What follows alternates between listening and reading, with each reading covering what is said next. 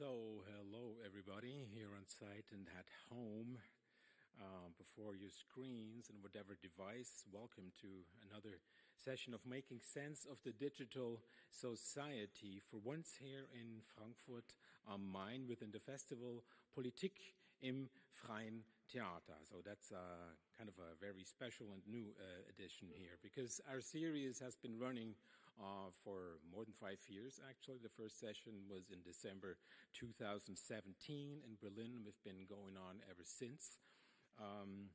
And it is a joint venture, so to speak, between the Federal Agency of Civic Education, in German, the Bundeszentrale für politische Bildung, and the Humboldt Institute for Internet and Society. So thank you for having us here in Frankfurt for this, for this venture out into the Republic, so to speak.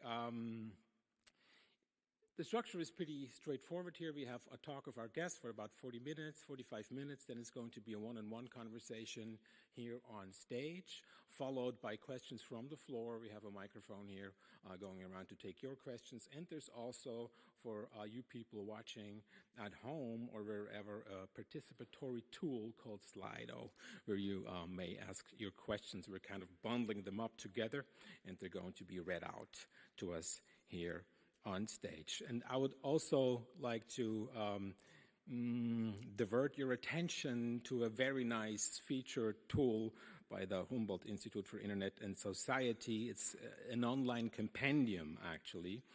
You can see the URL right there. Most lectures and also talks of the series in its 5th year now are online as video in full length, actually, but there's also a whole lot of extra content. There's podcasts made around some thematic structures, additional interviews being conducted after the lecture series. So it's a gold mine, if you ask me. If you want to see and hear top experts about so many aspects of the digital society, please check it out. Last note, maybe, on this one, it really may be worth looking at for teachers and lecturers who are not thoroughly familiar with the subject matter. Who is, really? And if you're not a professional in the field, that includes me, so to speak. At least I'm not a researcher in any way. It is really hard to stay on top when we talk about this digital transformation. Where do you turn to if you want to brush up on, especially now, on so many crises of our day? Long gone are the times, of course, where at least I read one newspaper in the morning, almost from start to end. When I started college, it was actually 2 newspapers a day that I browsed through in the morning. Then maybe some people consulted the TV newscast in the evening, maybe an audio, a radio bulletin at midday, maybe one in the afternoon, and so forth. Today, we think this was excessive media behavior, right? So many newspapers, so much TV at night, and so forth. But was it really that excessive? You're probably right. But my working in the media field had to do with it. But if you compare this, what I just outlined, to what many people do today, consume or comment on the internet, whatever the device, my old professionally motivated media habits seem all of a sudden a lot less excessive. Because daily screen time does not seem to stop growing. Because endless doom scrolling, bad news, has become a phenomenon with a name, actually, nowadays. Because we do almost everything online. And we don't have to be online if we walk the streets. I mean, there's a whole lot of recording going on, which we're going to hear about tonight. And the pandemic, of course, has increased the time spent online even more. So many of us do not just consume 1 or 2 offline media a day, but visit very many different sites all the time. While we trawl the net, we are being tracked and surveilled, of course. We may be able to manage our cookies now in the European Union, but do you really manage your cookies every time you enter a website? I don't. But there's one principle that applies to online as to offline space. It's one of many principles, of course, that increasing traffic means also less security. I mean, that's the case for roads and cars, and it's the case with internet traffic just the same. Wanting to have both, mobility without end, but also high security, poses a series of logical problems to begin with. Tonight's edition will shed, I think, light on some of them. So, we have touched on this question several times in the past 5 years of this series, how to resist massive data trawling and brokerage. What can be done on an individual level? What on a political and regulatory level? We have discussed these hands-on questions usually towards the end of our sessions and the conversations here. And of course, these questions are notoriously hard to answer, and science does not necessarily have an obligation to answer them either, I think. But if we were being honest at those sessions, the speaking, mostly professors, confessed it was easier for them to limit their internet traffic and to do some form of digital detox because they were privileged enough to have secretaries and research assistants, for example. But tonight is different. And I'm quite sure that this is not a night about detoxing. Do not expect a manual how to be good and safe online or on the road. At least I suspect you should not expect that. But resistance in the datafied society, as tonight's lecture is called, is probably a good hint that we're going to treat questions of what to do more prominently. Or what would be desirable to do, what we have to be able to imagine first in order to find counter strategies to online surveillance, data mining, and so forth, be it by corporate players or, of course, the state.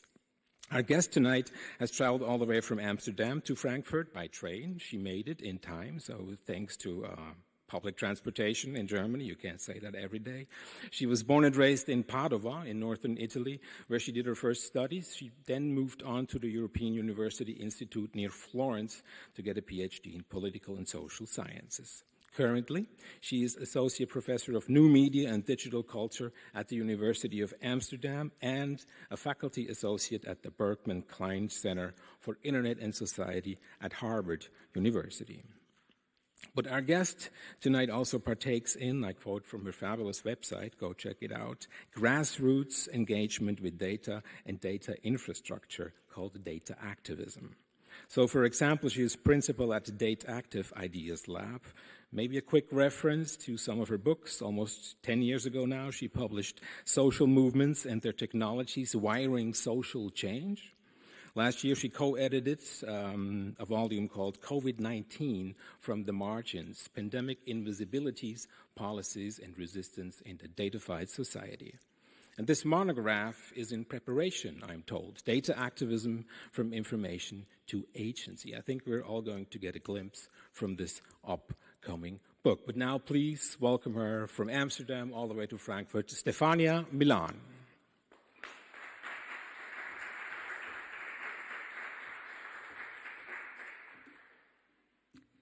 Good evening, everyone.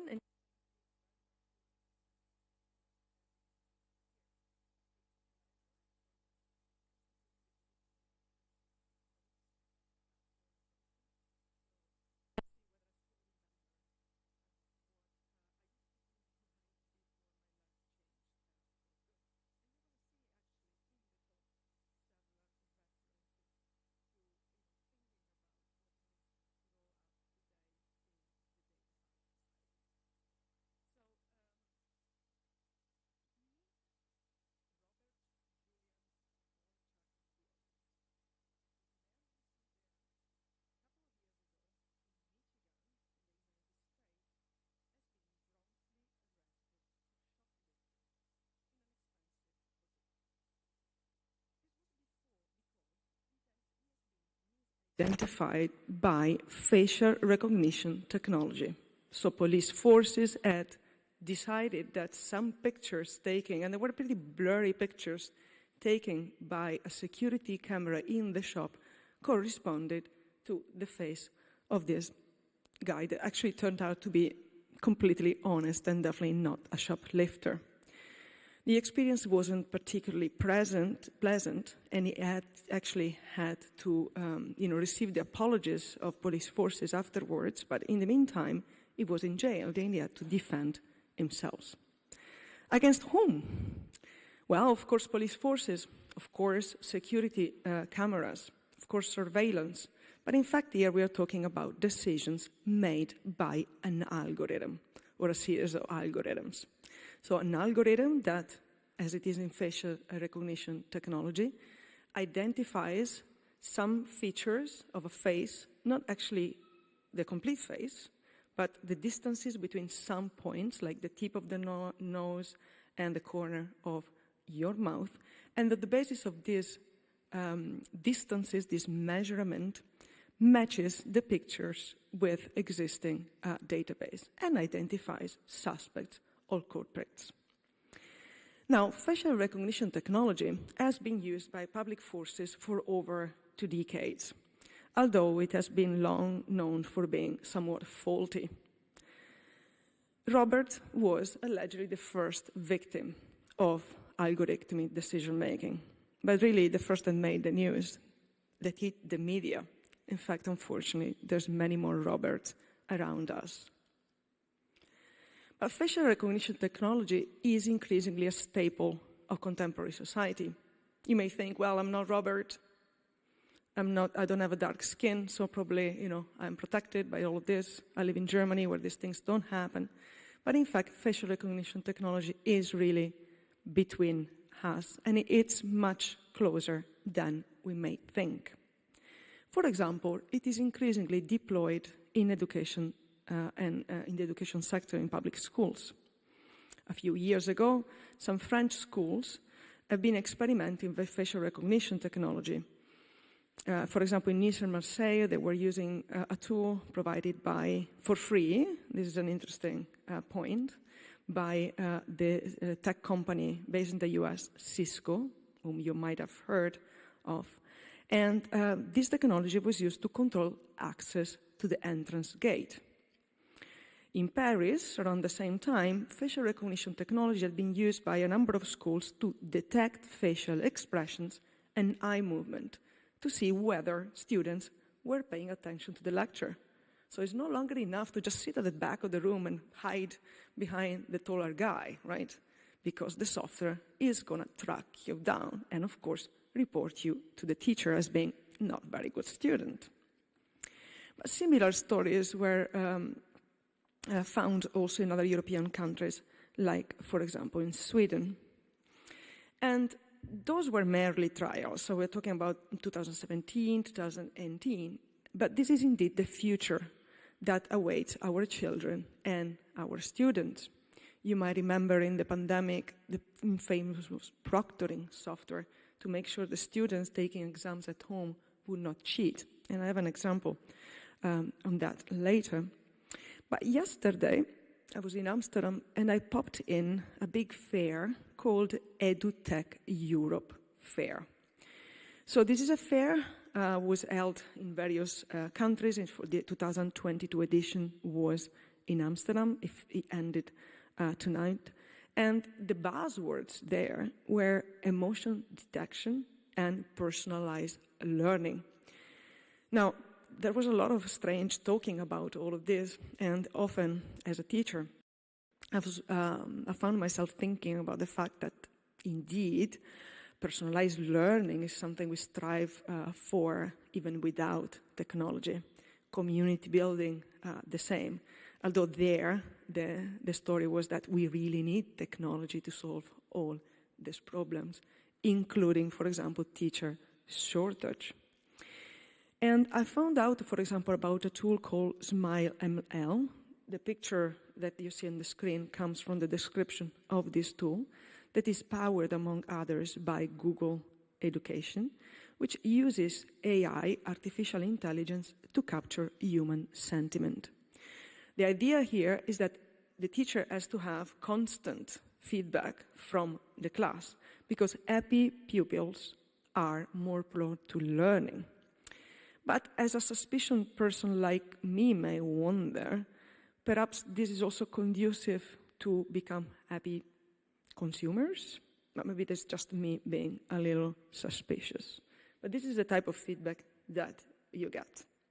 And this is soon going to be part also, it's just one of the many components that is offered to teachers. We live in an increasingly datafied society. The urban environment is datafied. Think about the smart city. The workplace is datafied. Think of on-demand labor gigs mediated by platforms like Uber, like Deliveroo, or whatever service you have in Germany that delivers food to your doorstep. But also friendships and relationships are datafied. Think of social media, but also apps like Tinder. And our health is datafied as well. You know, as a woman, I cannot but think about period tracking apps, which are a very good example of being constantly monitored, or actually deliberately constantly monitoring ourselves through technology. But the message here, you know, really the core mission of the datafied society, if you will, is to make the world better through data. And information in the datafied society has become a constitutive force in society. It's a commodity. It's something that companies trade, that thrive on. It's a currency also for the state who wants to have information about its citizens. But it's also something that it's not only collective, but it's also used to shape social reality. Think, for example, about social media content able to steer elections. And, you know, of course, we think about the Trump elections in 2018, but, you know, we have evidence from the political election in 2021 in the Netherlands of the role of Facebook, for example, not in massively steering votes, but in promoting homophily. So, you know, promoting the formation of close-knit communities of people that think alike, and, of course, not promoting exposure to diverse ideas. And in a nutshell, really the message of the datafied society is that data has, or must have, really, a better idea than us tiny humans. But at the same time, data has no values, right? Although at the same time, it's not definitely as neutral as we might be told all the time, right? If data knows better, data is objective as well. Well, a lot of people, not just me, have contested this idea. But it's still one of the leitmotifs of the times we live in. Now, the COVID pandemic has possibly accelerated the datification of society, because it worked as a test lab to pioneer or repurpose technologies, including, for example, biometric surveillance, in the hope, or in the faulty, to some extent, promise of curbing virus diffusion.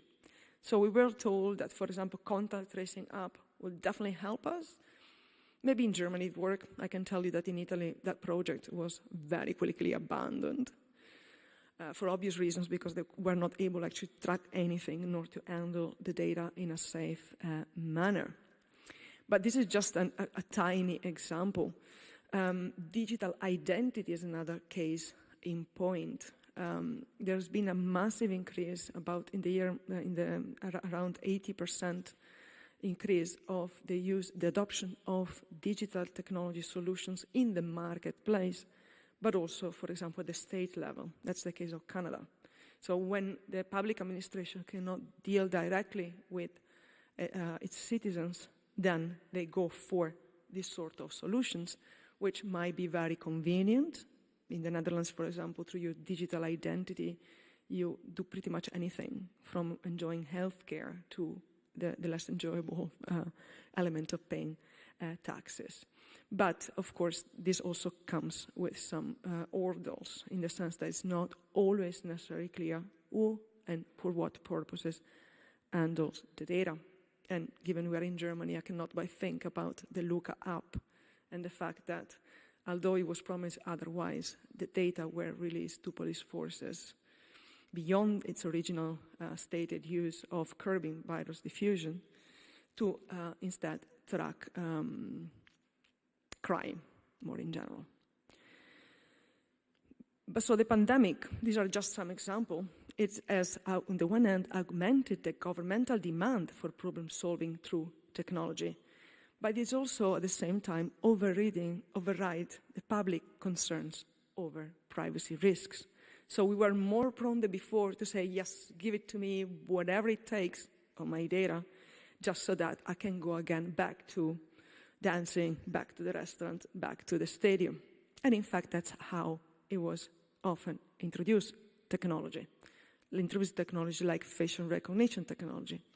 In Italy, for example, in the aftermath of the pandemic, assuming we are already out of it, which is probably not the case, but when finally the football resumed again, the Roma football club in Rome, in the stadium spent several million euros to implement a system of facial recognition cameras that with the byline that, of course, now we can finally return to the stadium because it was able to track the temperature of stadium goers. But no one, at least to my knowledge, raised the question, at least publicly, of privacy concerns or whether, for example, this was the most welcome or most necessary or most useful even a measure to take. And although we really have been promised a better world through data datification, datification contributes to augment inequalities and to perpetuate injustice.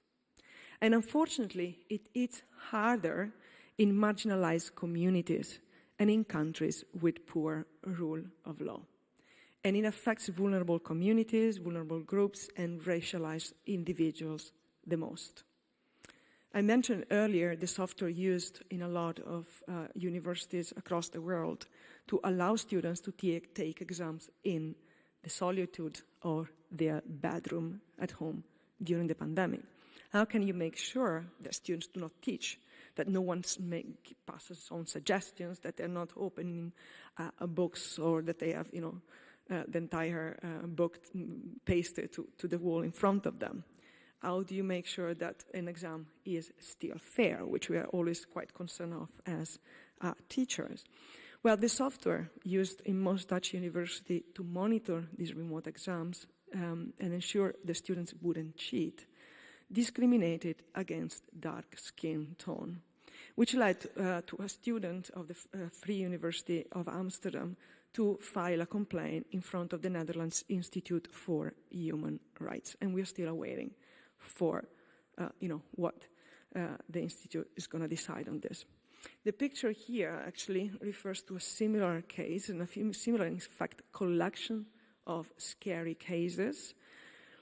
It's a documentary that if you have not watched, I invite you to take a look at. It's called Coded Bias. It was released in 2020 and recounts the story of Joy Bolambini, an MIT student who also, because of her skin tone, had problems using facial recognition software during her schoolwork, which led them, given we are talking about resistance, to protest big time, so to, not only then end up in a documentary, but also to start an organization, the Algorithmic Justice League, that is tried precisely to change this type of situation for a lot of communities of color and more. But, we are looking mostly at, so far at least my examples were from Europe or from Germany, and from what we can consider, and rightly so, I think, privileged countries, privileged situations, although, as we know, pockets of poverty and dispossession exist also in our very rich Western society. But if you go, for example, even beyond that, in countries with, maybe not super strong rule of law, you can see situations that are even worse. Meaning technology is implemented and deployed in situations where there are little safeguards for citizens, and the results is often fairly scary. In India, as my colleague Silvia Masiero reported from the University of Oslo, the fact that biometric identification was used to give people in need access to ration-subsidized commodities, so food, right, through a network of ration shops. So this was food for families in need that they could have access through their fingerprint. So the use of biometric identification brought the program to a halt because of the risk of disease transmission associated with fingerprint identification. So you can imagine a situation in which a country closes down. People often working in an informal economy are not able to do so anymore.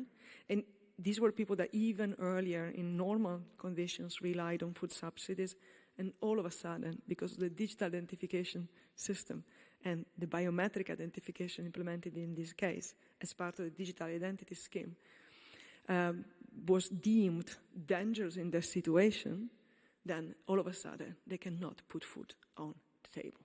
So privacy, so all the concerns of the datafied society, you can name them, sound often, a luxury problem, something that we, have time to think about, and energies and education and the skills to do so, and sometimes also the right machines and the right devices. But in fact, the consequences are probably even worse, they're even worse for people who don't have all this luxury assistance. So is it a system failure? For sure, as a sociologist, I feel like datification changes and to some extent endangers the democratic system as we know it. And I talk about democracy not because it's the only point of reference, the only or the best system that exists, although about half of the world population resides in a democracy, although not all of them are, working to perfection. But I mention it and I refer to democracy and to liberal democracy in particular because it is the system that constitutionally at least upholds the highest safeguards for its citizens in terms, for example, of human rights.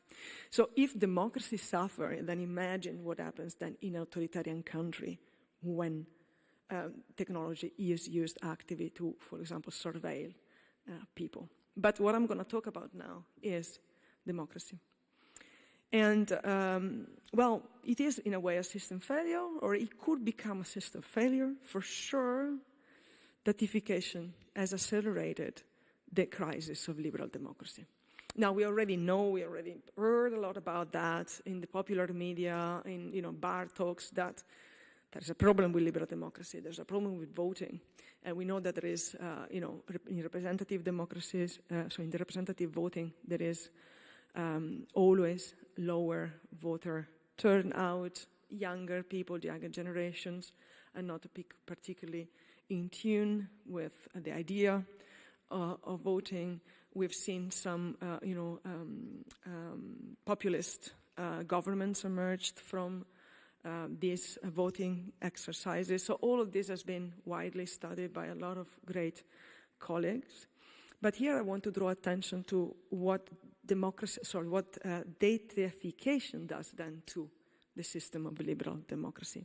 And I only mentioned 3 elements amongst probably a much longer list, but these are the ones where I've done research on. So it's only partial depiction of the problem. You can add your own perspective. So the first is the observation that the increasing role of the industry in democracy. So the industry, meaning that, in fact, a handful of large corporations, they're monopolist or semi-monopolist, very vertically organized tech corporations, play an increasingly big role in state affairs, visible really in the mediation of the relation of the state with its citizens. So here I'm not talking about, for example, the problem of lobbying. So you might be aware that, for example, at the European Union level, so in Brussels right now, people are discussing the new AI and the new Digital Market Act, so legislation that is supposed to set some boundaries to this magmatic market. And I don't have data about lobbying related to these specific acts, but I've noticed how there were an unprecedented amount of lobbyists in the order of 4,000 only that descended on Brussels during the negotiations for the General Data Protection Regulation, which you're all probably very familiar with. So something that came into force in 2017, so already a few years back. But that created quite some hurdles for example, US-based tech companies because of data transfer across borders and so on and so forth, and data protection afforded to European citizens. So that's a problem, so the lobbying and the influence of the industry into legislation formation, but I'm not talking about that. I'm talking about the fact that, for example, in Amsterdam, and in fact in most Dutch villages and small to big cities, if I want to talk to my local representative, if you want to talk to the local administration for a problem in garbage collection, a broken lamp, you name it, I have to do it through Facebook or especially WhatsApp, which in fact is the same company. So we see more and more intrusion of technology into this type of relation between the state and the citizen. The same can be seen with relation to a lot of COVID-related technology, like contact tracing app or the digital COVID certificate, right? A lot of this software was provided by the private sector. And we can only speculate what this might mean in terms, for example, of data protection and privacy, but also in terms of, the democratic process of relating through my representatives, for example. Then the second observation has to do with surveillance. And I'm sure in this series you have heard a lot of people much better than me, much more informed than me, talking about surveillance. So what I'm going to mention today is only the fact that, the surveillance, the mass surveillance that was made visible by, for example, the Snowden revelations, which exposed how national security agencies across the world, in fact, preventively spy and collect data in a blanket manner on their citizens. Well, this phenomenon, or the observation, the public noticed that this mass surveillance exists, and it is so mass, has altered the trust of the citizens towards the state, including what has been called the social contract between the state and its citizens. And finally, a third observation of how datification has accelerated the crisis of liberal democracy has to do with social media and the algorithmic personalization of content, including content of political nature, which is operated by social media platform, which exposes us on social media platforms only to opinions which are like ours, and increases in-group behavior at the expenses of exposure to different opinion. And, the fundamental dialectic exchange, which is key to a healthy democracy.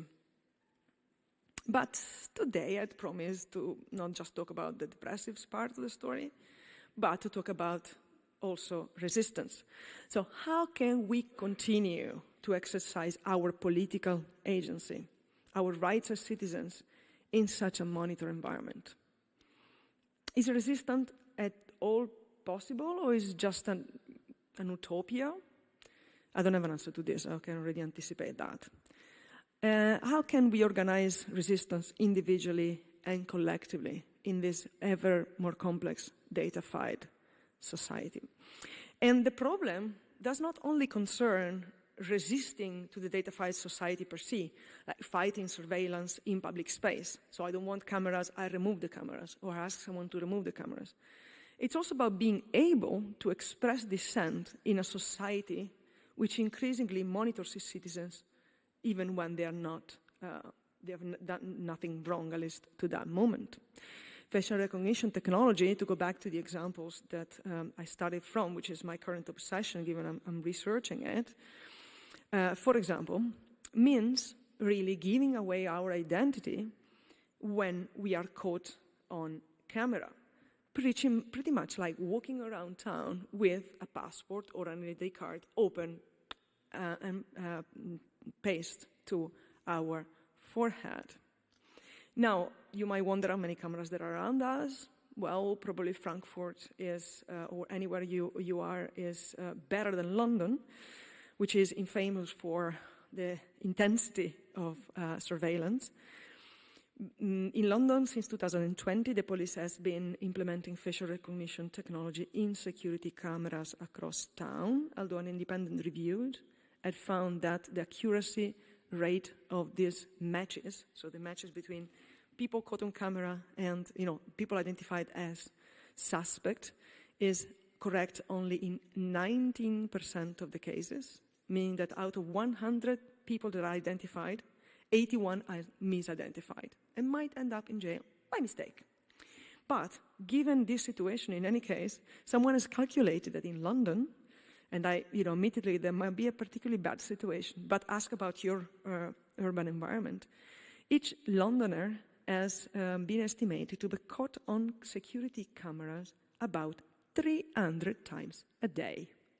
So imagine, even if half of this is facial recognition technology, how much data and intrusive data is collected constantly about us. Now, in the slide here, you actually see this takes us to the United States of America, so a slightly different environment. But there you see a Black Lives Matter activist named Derek Ingram, who has been arrested a couple of years ago in New York because he had participated to a demonstration, a Black Lives Matter anti-racist demonstration. And the way that he has been arrested was matching data from facial recognition technology with some Instagram pictures, which means, to put it very simply, that you might not have anything to hide, and I hope it very much for you. But if I have ever been on a social media platform, you, me, we are all part of one of these databases against which then facial recognition technologies try to find potential matches to identify suspects and culprits. So the situation is particularly scary for us all, despite, as I said, we might not have anything to hide.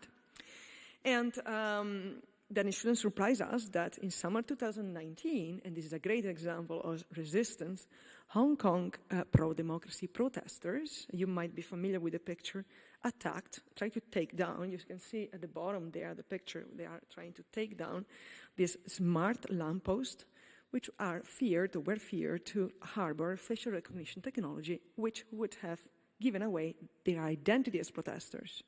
And this was a protest against extradition to China.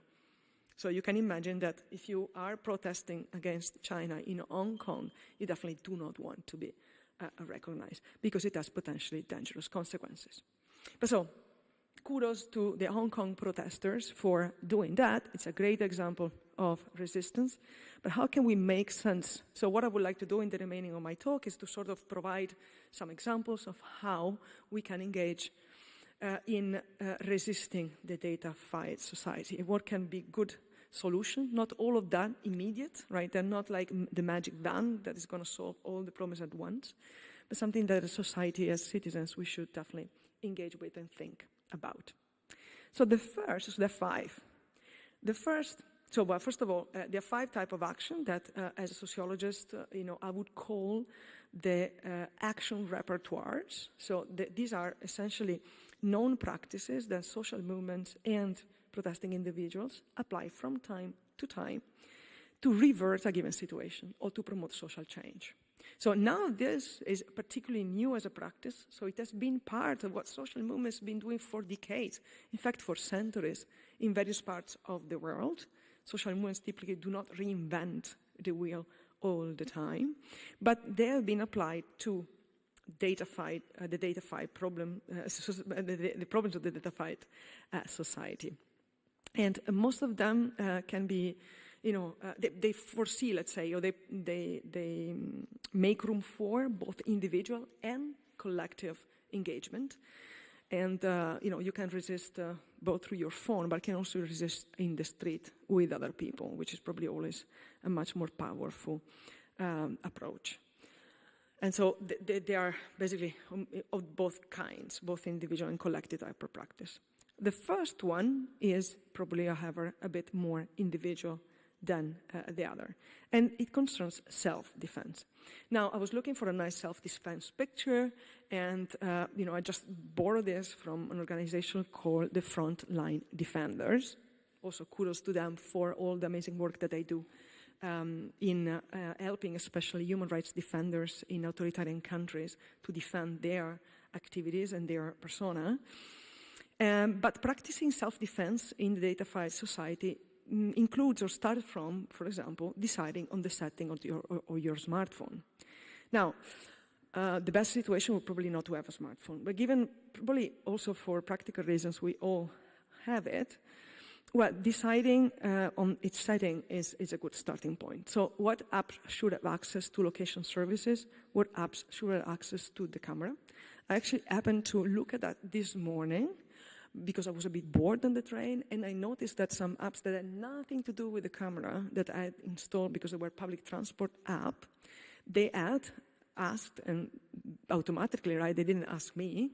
It was probably in the terms of services, but you don't read, this kind of super lengthy legal text all the time. And they had actually been granted access by the phone to a number of functionalities like location services that maybe they didn't need or I didn't want them to have access to.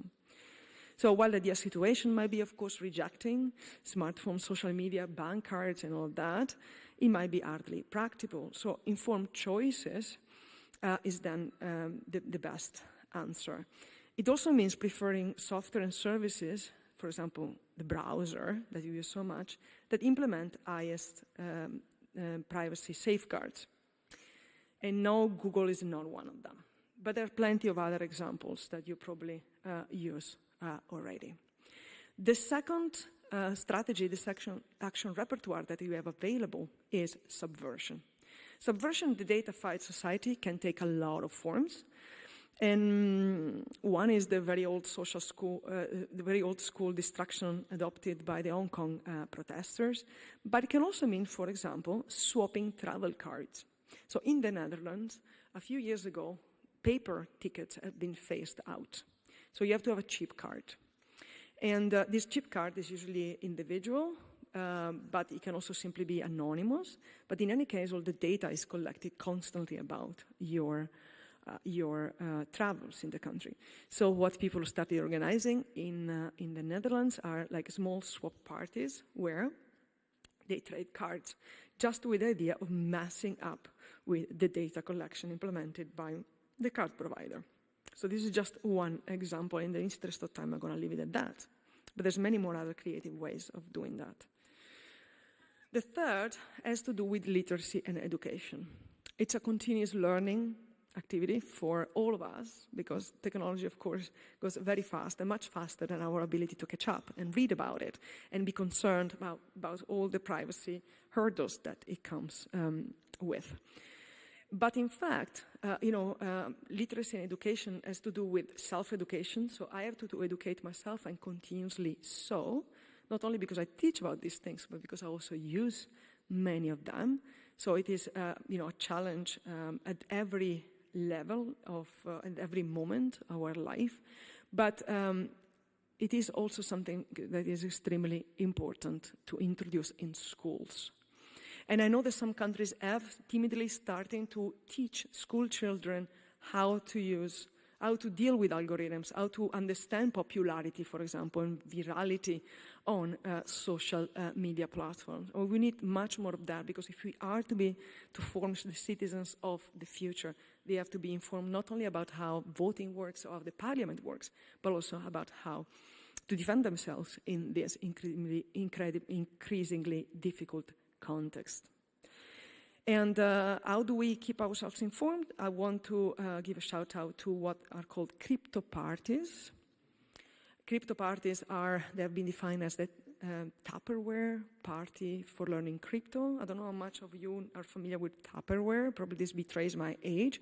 But essentially, Tupperware are plastic boxes that our mothers used to buy, and they would buy them from each other. So it was like a pyramidal scheme, and then they would just get together and teach each other, tell each other all the secrets about this wonderful plastic stuff. And I say it with a bit of irony, but whatever. But it was really, coming together over coffee, over whatever drink, a beer, to learn, to exchange information about something which was of vital importance.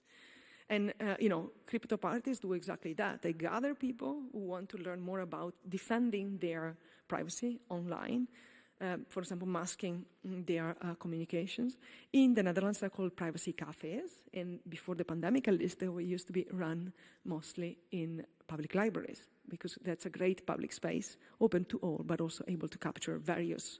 So not only the hacker-minded, or the one who are really obsessed with technology, but also those who simply have legitimate questions and don't know where to find answers.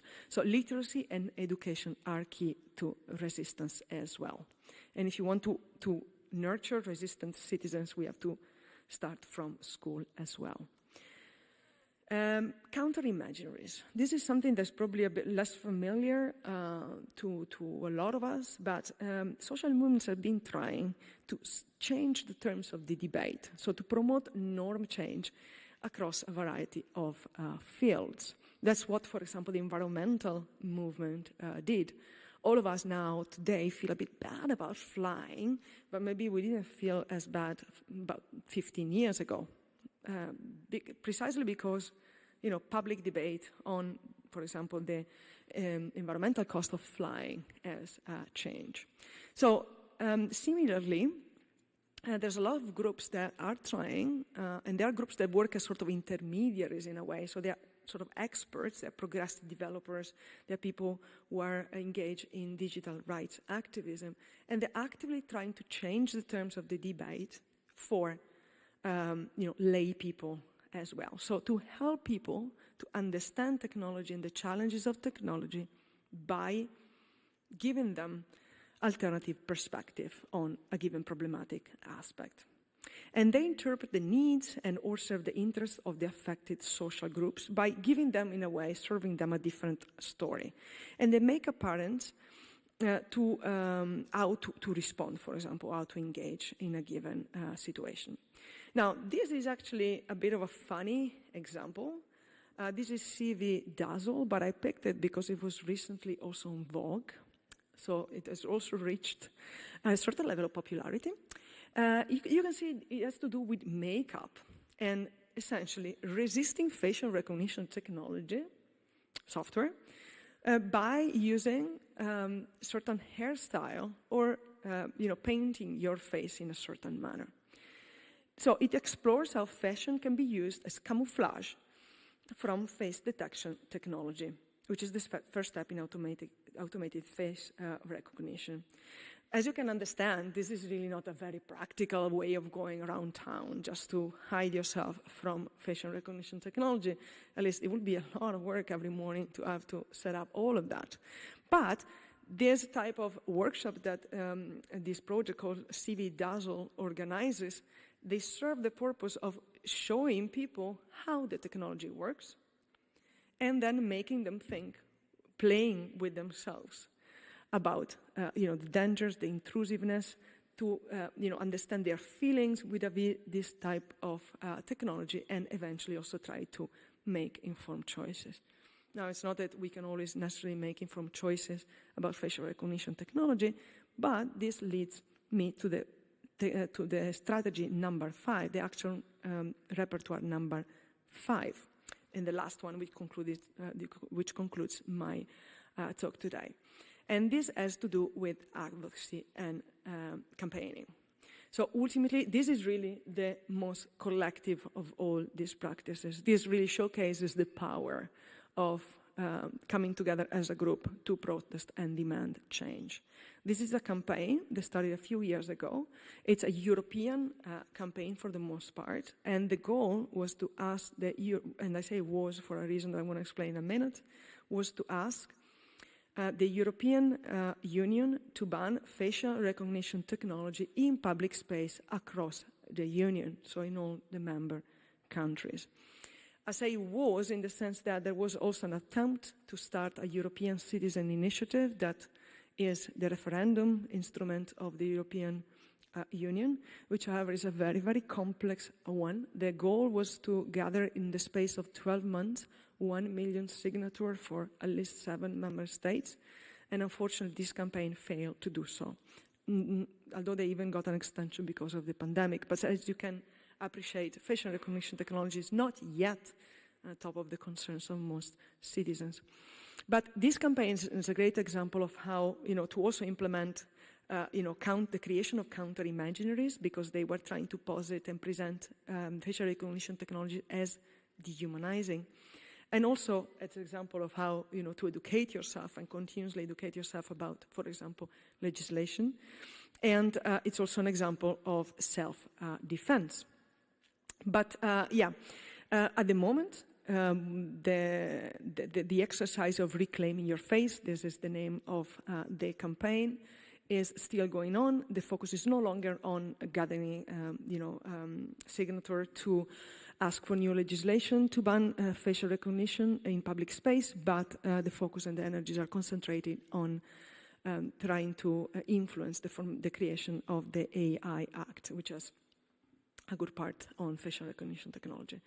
But ultimately, this is a good reminder of the fact that if we don't like something, we can resist as individual, we can resist as a group, but probably the most fruitful manner to resist is to ask for better laws and rules. Inform ourselves and others about risks and challenges, and mobilize against measures that we find unfair and discriminatory or simply invasive of our privacy.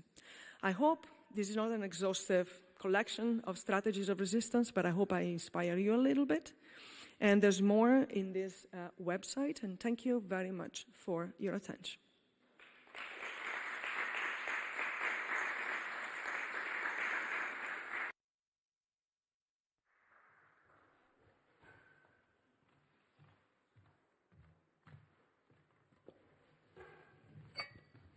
So thank you so much for your talk and for teaching us, so to speak, Stefania, 5 ways of resisting datification. I'd like to talk about that in a little bit more detail in a minute, but I'd like to start out with an observation I made 10 days ago in this very city of Frankfurt, and it sort of ties in with an example you gave of, was it AS Roma or Lazio Roma, some Roman football club? Okay. For another event we're having tomorrow on cryptocurrencies, trading apps, sustainable finance, and so forth, I was trying to do street survey with my phone. And I was asking people if I could film them, asking them about whether they knew about crypto, were they using crypto, what did they do with trading apps, did they think that the banks should be regulated more tightly, especially here in Frankfurt and so forth. I spent 8 hours on the street and I had 3 hits, which was extremely low. And I had to I had started to cast friends of mine, friends of friends of mine, so that I could actually find enough people to edit 3 different clips in those subjects. And I was really surprised because I've done that before. And it was much easier. I mean, it could have been because I didn't have a huge camera, I didn't have a sound man, and I didn't have this authoritative, look. It was just some dude with a selfie stick and the telephone. That's not very incriminating, right? But then I started to ask myself, are people actually becoming more sensitive to facial recognition? Spending 8 hours on about 5 different spots here in the city in Frankfurt and having 3 hits is a really low turnout, right? And then I was thinking of your example of the football stadium, where I thought, are actually hooligans of a Roman football club letting that happen, facial recognition in their stadium? That would be almost unthinkable to me, especially after this experience here in Frankfurt. Are people getting more sensitive when it comes to facial recognition? Is something happening there? Is this on? Yeah. I wish people were becoming more aware and more critical, but from my perspective, from my point of view, which is anyway partial, but there's not enough awareness, enough people are not scared enough. Probably it's also because a lot of the examples that we use often refer to, for example, racialized individuals, so people with a darker skin, and a lot of the people that we see in the society where we live feel they have nothing to fear, precisely because, the examples are often of people that are different from the majority. And facial recognition technology is known to be biased, not really against, but in fact that's what happens. It's not optimized, that's the right terminology, for darker skin tones. And so, that's probably the message that most people get. Like, it's a sort of newer version of the I have nothing to hide, right? It's not really going to affect me that much, therefore I don't worry. I have to say, though, that I think a lot depends also on the sort of, let's say, national culture. Now, national culture is a bit of a stereotype, but, I can tell you that, for example, one time we were traveling with our van in Germany and we wanted to pay a campsite with the card because we had run out of cash. And the guy was like, no, there's no option. And it's like, how come that we cannot pay with a card? And this guy went like, well, because we are all surveilled. And I wanted to kiss him, right? Because like, wow, this is like a conversation in the middle of the night in a van park, essentially, more than a campsite. And I found someone who is concerned about this. So I do believe that, it seems to me at least that, for example, the peculiar history of Germany with the experience of the Stasi has probably remained somewhere ingrained in people's minds. And, you seem to have, by you I mean German people, seem to have much more awareness of surveillance and its risks than, for example, it is the case in Italy. The case, what I mentioned about the football stadium of the Roma FC, I couldn't find a single critical piece that would question this introduction, this technology, from the privacy point of view. It was literally, all the report that I could find was, hey, that's great, we are advanced, we are ahead of others, it's so cool, technological innovation, we can go back to the stadium. Oh, wow. And the fans didn't resist at all, the hooligans? That would be hard to imagine in Germany, actually. So this was presented not as, used by police forces, but it was presented as we use it to track who has a temperature so that we're going to kick that person out so it doesn't infect you with COVID. Okay. And that's how it was presented. So it was a private enterprise doing that, and it was not linked, at least officially, to the issue of security. I think it's very interesting that you mention a cultural difference there. I would say yes on one hand. On the other, I still would doubt it. I mean, of course, there was the GDR, which was a small country, as we know, compared to Western Germany. And but there was also heavy resistance to the censuses in the 80s here, where they burned down community houses and everything. It was quite hard.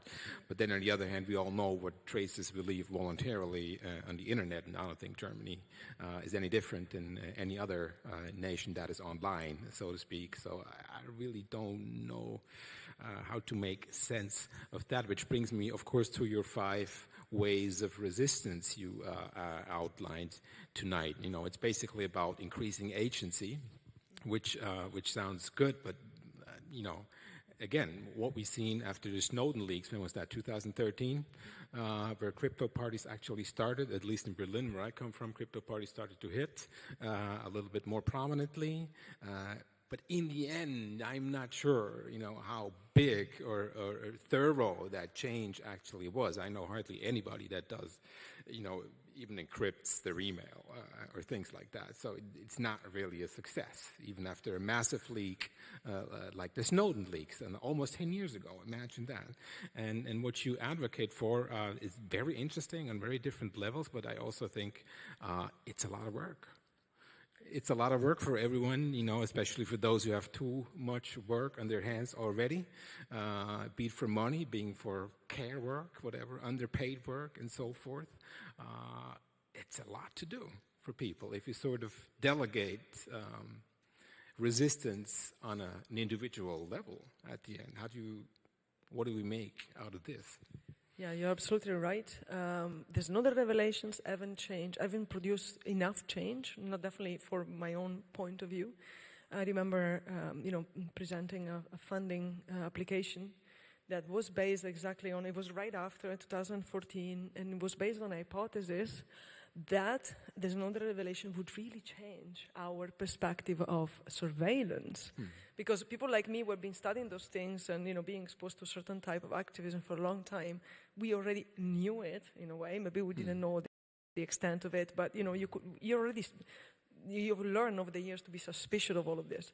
But essentially, the fact that for the first time, a surveillance program is in the daily news, right? It is of concern of, for example, the then president of Brazil, Dilma Rousseff, that goes to the United Nations. So it really becomes a topic of public debate. It was unprecedented. Unfortunately, you're right, he hasn't produced enough change, or let's say long-lasting change. We might be aware, and we probably all are by now, that we are surveilled to some extent, but we decide we are okay with that because at the end of the day, it's convenient, right? Our digital life where, I go to Frankfurt and my phone supposedly knows the food that I like and I get served personalized recommendations about my ideal restaurant is why not, right? But indeed, there is also a number of social groups, individuals, but also communities who are far less privileged and they definitely cannot say no to certain type of surveillance. Think, for example, about Uber drivers. You probably don't have Uber in Germany, right? Oh, we do.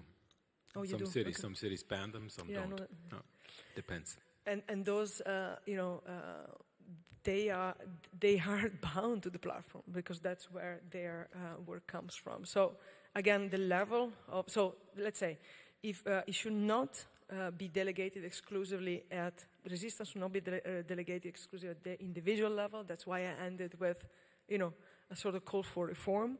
Yeah. But at the same time, it's also important to train the generations of the future in making informed choices from the start. So to us, given we were not raised with these tools, it might take probably more energy and more time to our age group, let's say, than it might take to kids born in 2015. But then we also have to empower them from the start. That's why literacy. So we have to basically ingrain, embed, this type of concerns in school education and also basically give people the tools to make informed choices. Let's stick to those 5 ways just a little bit longer, if you allow, Stefania. We've had managing the settings, right, of your apps, managing the settings. To check what you allow your phone to do, if an app asks for your camera, when it doesn't need it really.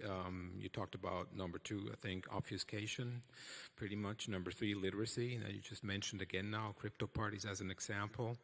3 more counter imaginaries.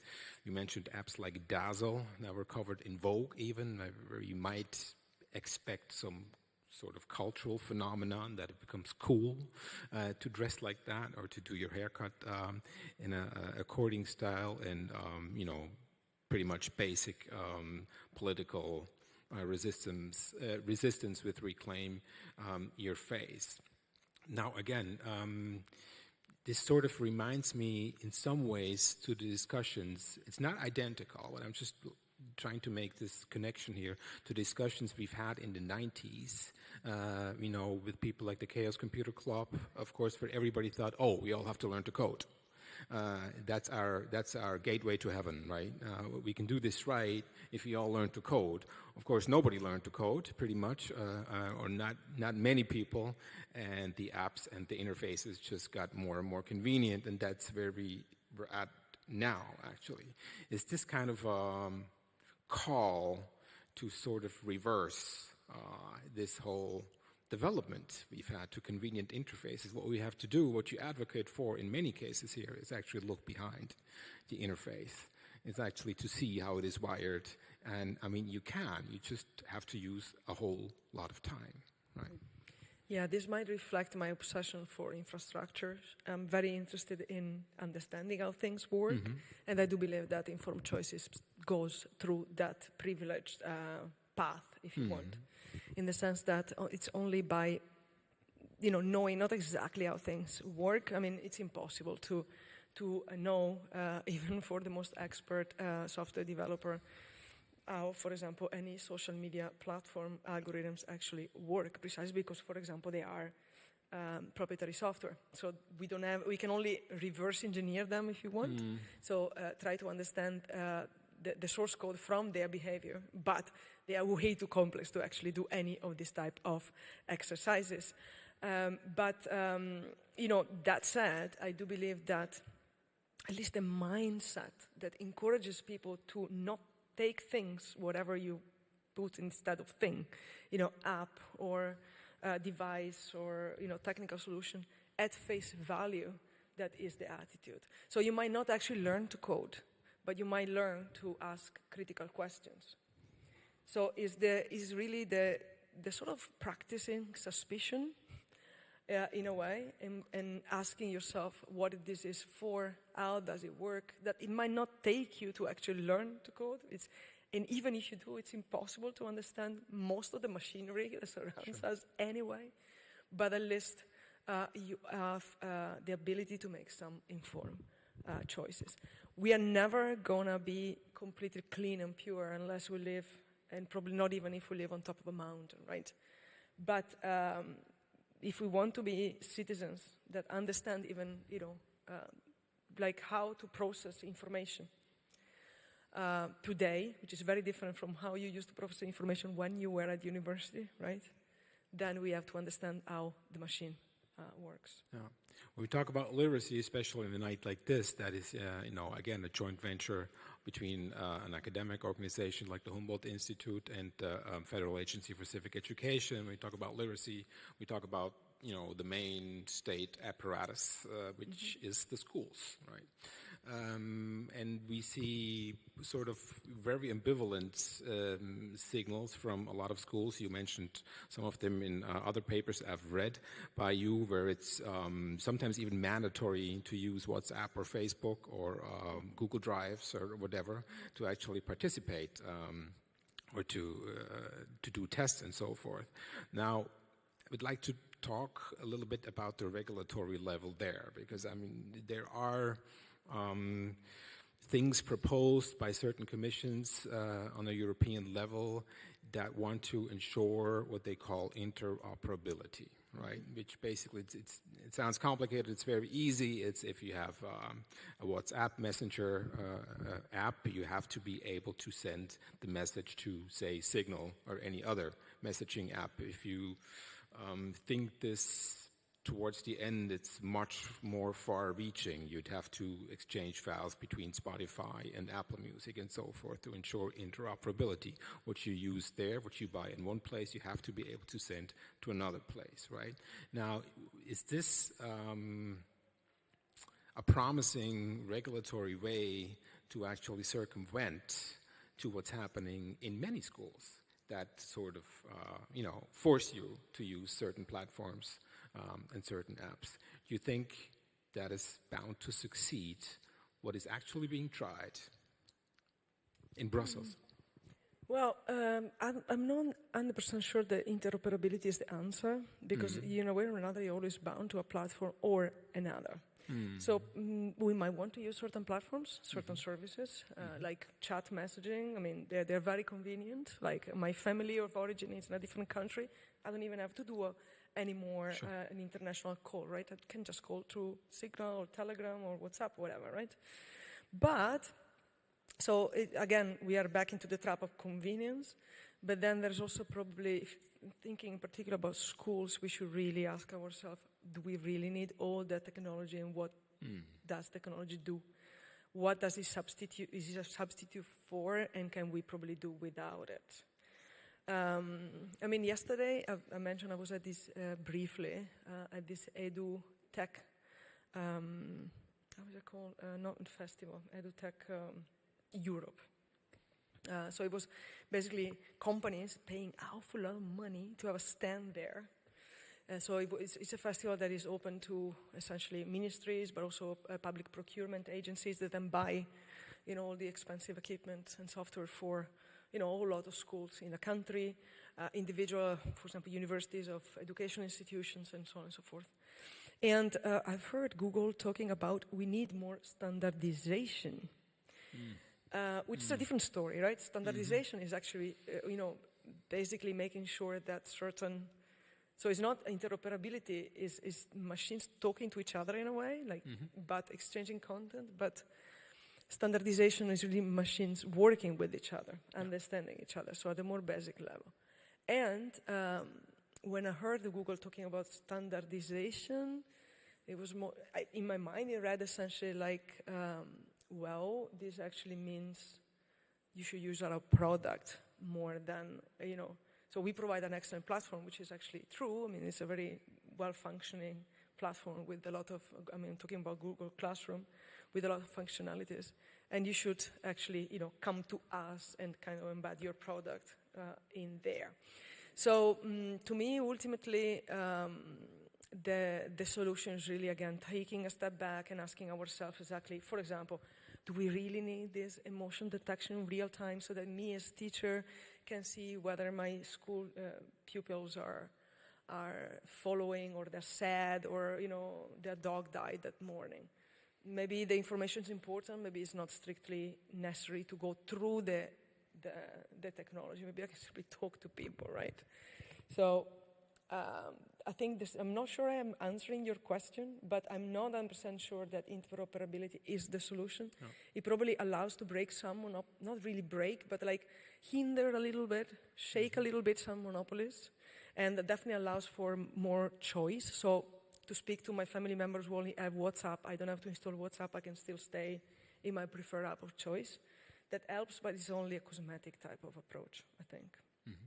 One last question before we open this up here to the public and to the people at home watching is, one of the core sentences of your talk, of course, I think, was datification is endangering liberal democracy, something we have discussed often here in the last 5 years. It is certainly a big issue, but I always like to ask, can it also, when coded differently, lead to actual empowerment of the marginalized, as in controlling the state, basically asking the questions in whose hands the tools are. I mean, some examples, for example, in China, we see that datification and monitoring of big companies also leads to less pollution.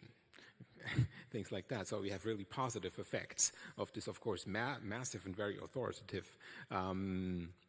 authoritarian datification that we see in China, but there's also very positive effects in that. That's not really what I mean as a way for Europe, but just, asking the plain question, can we actually put those tools in the hands of the marginalized to sort of counter this datification with a diverse datification?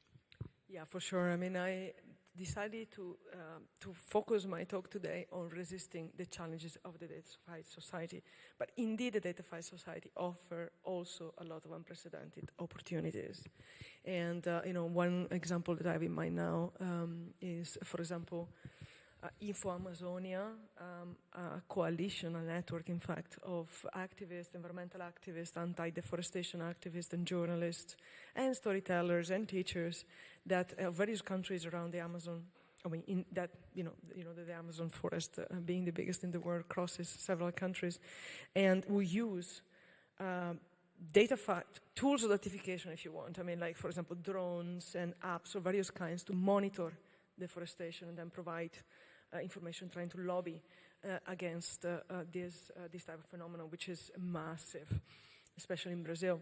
And, but one thing is to say, hey, there's a lot of trees coming down. And the other thing is, another completely different thing is actually providing evidence of something which is in fact very far away from any living, any city or the public purview where a lot of people live, right?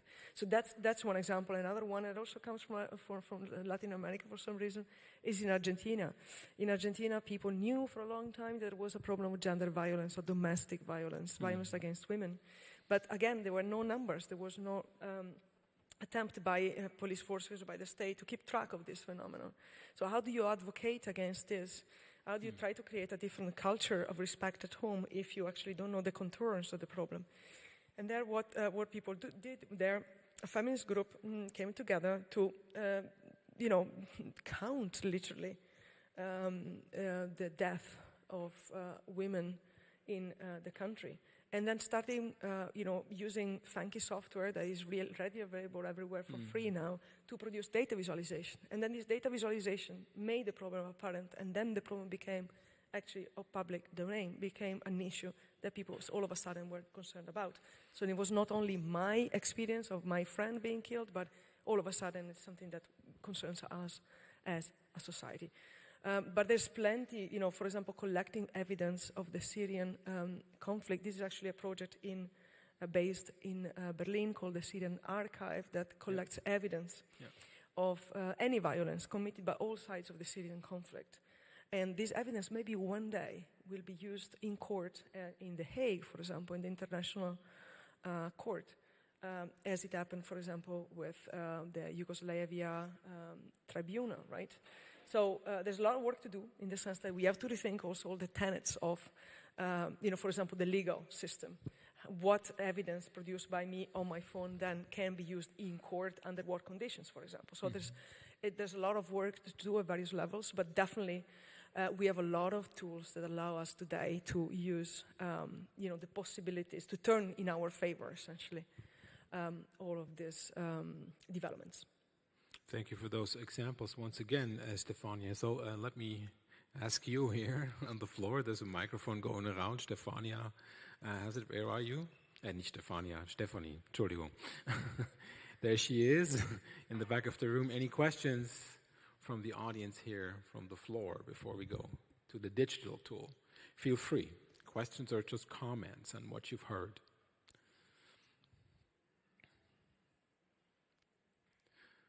Well, there's one.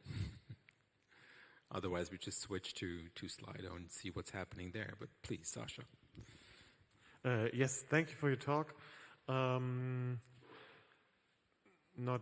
that much of a detailed question, rather if you'd like to share maybe some of your principles or strategies and how to cope with surveillance and the problems coming from that, or what do you do? As an anecdote on that, I'm kind of trying to circumvent surveillance. One of a few steps I took was changing my search engines. But that often leads to funny moments with my wife, where she really asked me to please stop using this engine because the results are not as good as she's used to be when she's working on my device or using my smartphone. Have you some principles on how to change your private environment there? There's many different examples, like with kindergarten or in school or with colleagues. How do you communicate with them? Do you have any tips there? That's a good question, and it's also, I don't have the magic wand, I don't have a perfect answer. And mine as well is in part a history of failure, in the sense that we all start with the best intention, with a very secure stack of, trying to make our life airtight in a way, but then it doesn't work as planned. Why? Because, you might encrypt your mails, but then your interlocutor doesn't. Or you might encrypt your mails and lose the password. It happened to me twice, so then you have to start again. It was such a secure password that I couldn't find it anymore.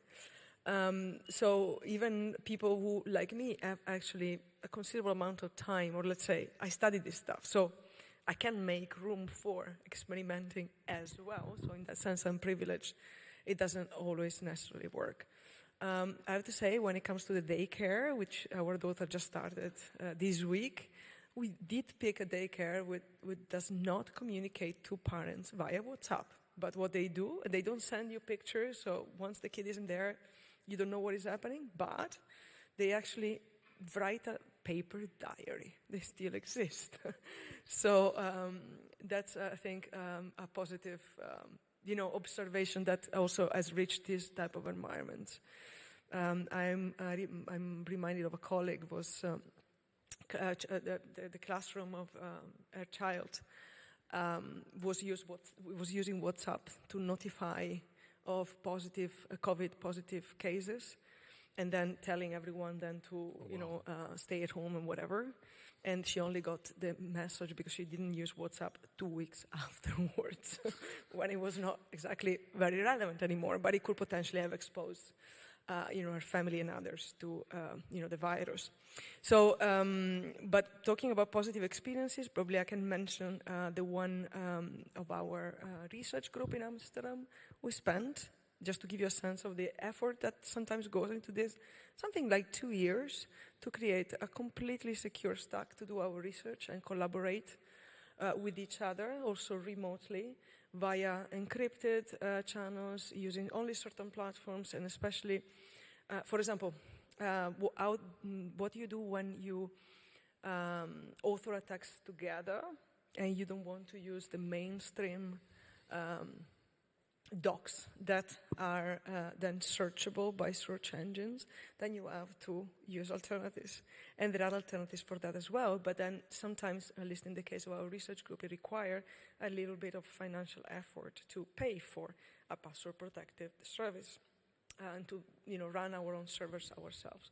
But it is increasingly difficult also at the university level, because they actually want us to use, for example, exclusively Microsoft services now, including for storage. So, this is to say that, I could mention software, but software comes and goes. Sometimes, especially open source software, sometimes not so well maintained. It's definitely not as funky as, other more beautiful looking commercial software. And it requires a lot of patience. And often we have to be prepared to failures. Again, there's the time factor, right? You have to privilege enough to have time in your hands to actually stay on top and to maintain those things. Thank you for that question. Is there another one from the floor? Thank you. Here, third row, please. Okay, thank you. So, first of all, also from my side, thank you for the talk so far. And you mentioned that we in Germany have maybe a bit further advanced awareness towards surveillance because of our history with the Stasi and so on. And how would you maybe compare the different countries internationally, the different areas of the world concerning their surveillance awareness, maybe? Well, this is a $1 million question, in the sense that also my observation about Germany was not based on any empirical data, was based on my conversations. And by, for example, noticing how, when was that, with the data retention legislation, so it was around, I think, 2007, so a piece of EU legislation which for the most part went completely unnoticed because it was very dry and very boring type of topic. In Germany, there were a couple of demonstrations gathering, I think one even 30,000 people, which is something unheard of in any other country, right? So my then observation about the higher level of awareness these topics in Germany is only based on this, right? So I don't have any empirical data, and I also don't have empirical data about other countries. And as a researcher, I should probably only talk on the basis of empirical data, but in this case, I'm not. Now, we can, however, notice, for example, there is the Eurobarometer, which is the basically continuous polling instrument of the European Union that monitors a number of aspects of, people's beliefs and preferences and stuff like that. And they also monitor, for example, the digital skills and digital awareness. You can see, essentially they ask people not even, do you have a critical attitude towards something, but how literate do you consider yourself being versus, various type of tools. And you can see there's some countries, especially in Northern Europe, are leading. I don't remember now the exact list. And some countries, especially in the Southern Eastern Europe, are lagging behind. And there might be a variety of reasons. I refer to the Stasi because, again, thinking about the data retention demonstrations, I still have the T-shirt that was produced, but I don't even remember what Berlin group back then that used some of the design of those times to bring it under the spotlight the then Minister of let's say, information, whatever. There was a person in charge of implementing this legislation in Germany. And for me, it was extremely impressive to see how, basically they had made sense of history to present a topic that, or at least history in the sense of something that people might not have necessarily lived through, but are familiar with, at least for having heard about it, to make sense of something very complex in today's society. And there's a lot of work to do also here. I'm fairly sure. Thank you. Let's look at Slido. Is there anything going on at Slido? Who's doing Slido? There you are. Please. I think we need some light. Don't we have some light on you here? No light anymore. Good night. I want to thank you for your time and for sharing. I think you started by saying that data is like increasingly less accessible, and I would like you to expand on that, especially how by being a commodity it can promote inequality by being not accessible to the majority of people. Was I clear? Is the question? No, I actually missed the first word. Okay. What is not accessible? Technology, data. If it's becoming like less accessible, I want to ask you to expand on that. Yeah, that's an important question because it goes back, allows me to reflect on something that is no longer as popular as it was at the turn of the millennium, let's say. So in about 20 years ago, 25 years ago, which is the issue of the digital divide. Is it the direction where you want me to go, or so good? I start from there to then, go to the present day. So the digital divide refers to a problem that's extremely important, which is, the fact that some people have access to technology, some others are not. Now, what we see is today we no longer care about digital divide. At least it's no longer part of, there's not many policies about this anymore. But also towards developing countries. And a lot of this is left to the private sector to solve. So there's still a problem of access, there's still a problem of privilege, there's still a problem of lack of devices and machines, but what we see is that the industry is trying to solve it. And for example, you might remember a discussion recently about the zero rating problem, not really recently, about 10 years ago, I guess by now. The zero rating services refer to services that essentially were offered like stripped naked in a way to people who couldn't pay.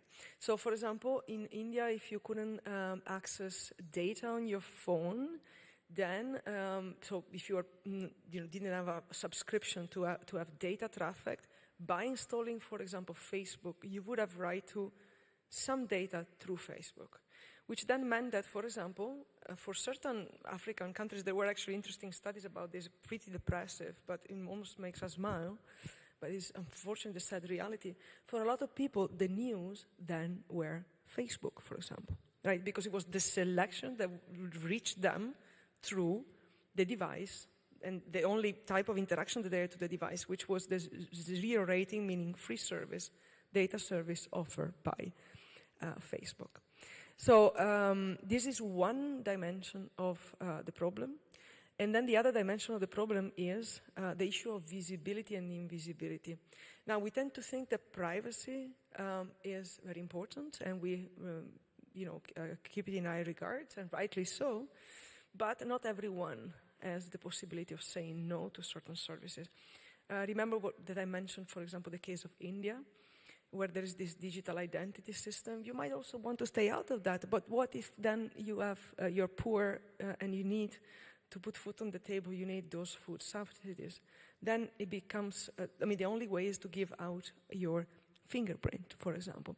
So in that case, privacy becomes a secondary concern, but also being visible to the state becomes extremely important. And this also concerns a number of communities also in our rich society, for example, migrant communities, or the so-called undocumented migrants that, there are many of in our societies as well, who, because they were afraid of being reported, and maybe they didn't go during the pandemic to get, a COVID test, but at the same time, being visible to the state also meant that they couldn't get access to any, for example, subsidy or income supplement that the state might have made available. So in a way, the problem of what was called a digital divide has spiraled up in many new dimensions.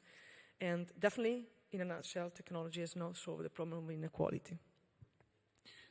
That would be solutionism, right? Wir brauchen das Mikrofon hier vorne. Ich wechsle kurz nach Deutsch, um zu gucken, was im Digitalen sich zugetragen hat. Let's switch to Slido, our participatory tool of tonight, and see if questions came up there. Please, Sasha Shaya. Yeah, some questions came up there. One you tackled somehow with your last answer already, and it was a topic that came through again and again through your talk. How do your surveillance practices affect social injustice and social divide? Privileged, wealthier people tend to be more able to address the problem and resist on a small scale, e.g. using devices like Apple and such. As one question, maybe you can elaborate on that a little bit further. Another question I'd just like to add, and then you can decide. Surveillance has become commonplace, especially among the young generation who has grown up with it. How can we help them see the need for protection? I think the first one we just covered pretty much, the social divide, so to speak, the inequality reproduced by surveillance technologies, of course, but the latter one would aim at what we've talked about in terms of literacy, I guess, right? How to teach. Yeah, well, I want to start with referring to the work by Lina Danzig and colleagues at Cardiff University Data Justice Lab. Lina in particular wrote about what she calls surveillance realism. So essentially we live so much immersed in a surveillance society that we have lost the ability to notice and to care, essentially. But even to imagine any alternative, right? So at some point, surveillance or whatever, monitoring or being spied, cameras, becomes a given, and you sort of surrender. You're like, okay. Once again, literacy is indeed key. And there, it's a bit of a challenge, but I always find interesting to let people experience firsthand the drawbacks or the problem. I'll give you an example. And I have to refer to the work of a great developer, Claudio Agosti, also a collaborator of us in Amsterdam, who wanted to make people reflect on their information diet.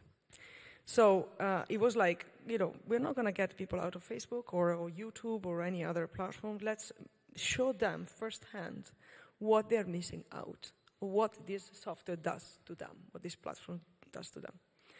And so what he did was to create a software that gathers data about your private content, but also then serves to you the content, but of course that you have been given, but compared to the content that other populational reference have been given. So to see what you are missing out. So in a way, what I find interesting is to give people much more than the theoretical considerations, which are, theoretical, but to make people experience firsthand what it means to them. Another great example is Amazon and the dynamic pricing that is implemented by Amazon. So you know by now probably that you get a different price on Amazon depending on your IP, so your location where you're browsing from, your browser, your computer. So, for example, if you are an Apple user, you're likely to get a slightly higher price because you are automatically placed in a more wealthy sector of the user population, and so on and so forth. And when it comes to money, people tend to be a bit more sensitive, right? So political content, whatever. I have my own opinion. I'm not gonna be, gonna change that. No one really likes the idea of being steered around, like taken by the nose by the platform, right? But when you actually show how this affects the, buying habits, then it becomes already more concrete and more interesting, especially for those who actually earn money. So maybe it might not work very well with school children, but it might work better with the older population. But Claudio Agosti did that experiment. It's actually on a video produced for the Italian broadcaster Rai. And so there was software developed on purpose to sort of to say, although it's a bit incorrect, but reverse engineer the algorithms that implement the dynamic pricing on Amazon, and then evidence being produced, and it's on camera. And this, I'm sure, made a lot of people think about what algorithms do to them. Mm-hmm. Thank you, Stefania. We usually close with the R question, the regulation question, but since we've covered some of that already, I'd like to ask a different question and play a little bit the devil's advocate maybe right at the end. In Germany, we have quite a different app than in Italy. It's called, you see it blinking red now, everybody who has it on, it's probably red. So it's called Corona Warn app, right? And the interesting fact about the development of this app, at the time when it was developed, I think in summer of 2020, although time frames sort of are blurry by now with 2.5 years of the pandemic, right? I think it happens to everybody. It's not just my age, right? The interesting thing was that the data security proposed by the tech giants, in this case Apple, actually was much higher than what the initially state-favored models were. And some people said, quite many said, that the lack of success of this also tracing app, it doesn't just do tracing, it does many other things, or it has learned to do many other things too, that the lack of success was actually due to its high security standards, which were extremely high. I mean, many data activists said, let's favor the tech giants model because it's a lot better of what the state initially proposed. And of course, we know all about those PR campaigns with the new iPhone and Google and so forth. They're all about privacy, right? They really stress that. And I wanted to ask you, as a closing question, do they learn? Is there change imminent, actually, by those tech giants? The Corona Warn app would be one example. I'm not sure if it's a contingent example or not. What would you say? Well, the other example is WhatsApp, right? WhatsApp was not encrypted. And I mean, although there's various analyses of how tight the encryption is, but let's leave it at that. But, Signal was encrypted, and then WhatsApp used actually similar technology to also go encrypted. In a way, the industry goes, it often leads the way, but often responds also to the needs of the market and the desires of consumers. So if you want to sell a product, you have to satisfy people's desires. So if the society changes, but for that you need literacy probably, and awareness raising and campaigning and, awareness creation, then the tech giants might adjust or might also lead the way because it's probably the best technical solution. I am probably a bit suspicious of the good deeds or the good agenda, let's say, the global common good agenda, although there's actually several examples of that as well coming from the industry.